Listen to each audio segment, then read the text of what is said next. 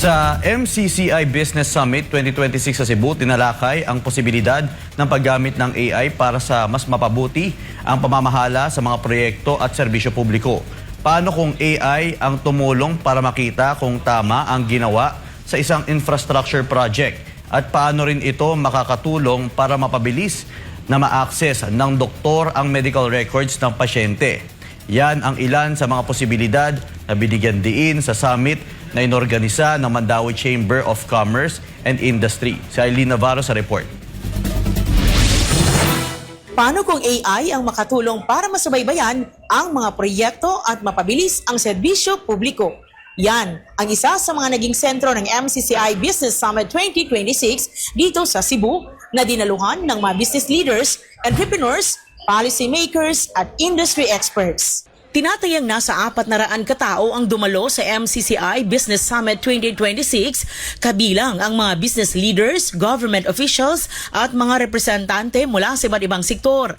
Tampok sa summit ang mga talakayan ni na Finance Secretary Frederick Go tungkol sa ekonomiya at geopolitics, Leyte Governor Carlos Jerico Pitilla tungkol sa digitalization at AI, Jack Nang Jr. sa socialized housing, Professor Alfredo Mahar sa Disaster Resilience at Teknolohiya, Architect Paulo Alcazarin sa Green at Walkable Cities, at Jingayon Teveros Malvar sa Circular Economy bilang solusyon sa problema ng basura sa Cebu. Ayon kay Marvy Alcantara, chairperson ng Mandaue Business Month ngayong taon, mahalaga ang pagtitipon ng mga lider upang magpalitan ng pananaw at maghanap ng solusyon sa mga hamong kinakaharap ng komunidad. So it's very refreshing to see leaders in the community to gather and think of solutions dito sa mga very challenging problems natin. But of course,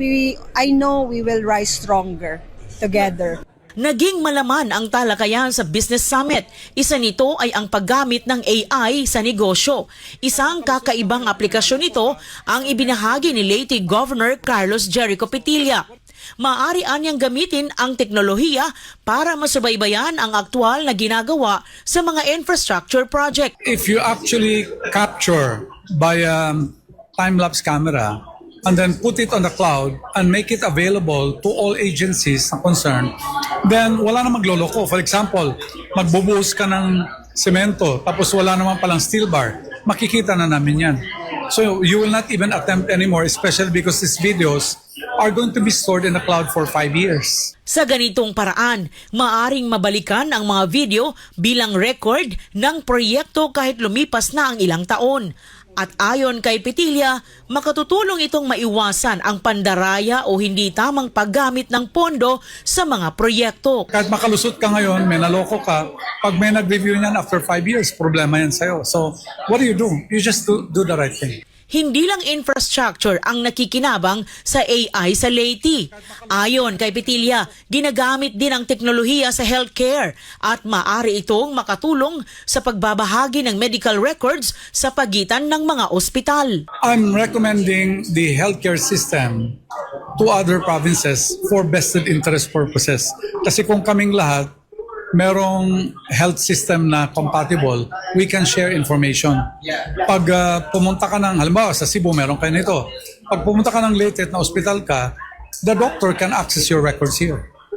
So hindi na kami maghula-hula. Can you imagine? With healthcare, you cannot guess. It has to be accurate. At para mas maraming makinabang, sinabi rin ng gobernador na kailangang abot kaya ang paggamit ng AI. Alam mo, ang governor ng Leyte is kuripot. Ako yun. So anything that we do, kailangan mura, affordable. Hindi ka mamumulubi dito. And our AI is very cheap. We go by 1 peso, 2 pesos sa AI. That's what the full diagnosis of a person with all the information, 3 pesos. So it's very, very cheap. And that's what makes it attractive because you get full knowledge at a fraction of a cost.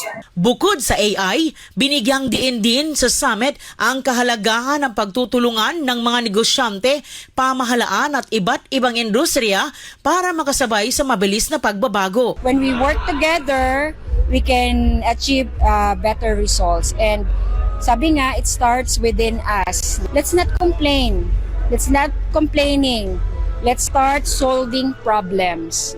And in business, we can create business solutions eh. So magiging profitable din itong mga when we create solutions for this mga identified na problems.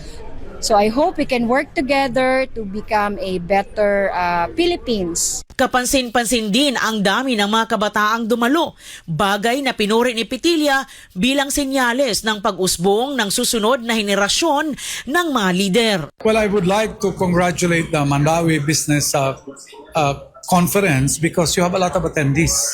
Okay, and a lot of young people as well. That means, kasi pag matatanda ang nakikita ko, sabi ko, where's the next generation?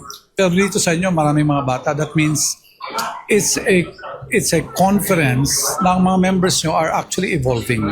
So, again, congratulations for a splendid organization, a splendid conference. Sa MCCI Business Summit 2026, ipinakita na ang AI ay hindi na lamang usapin ng teknolohiya. Maaari rito maging bahagi ng mas maayos na pamamahala, healthcare at paggawa ng negosyo basta tama at responsable ang paggamit ito.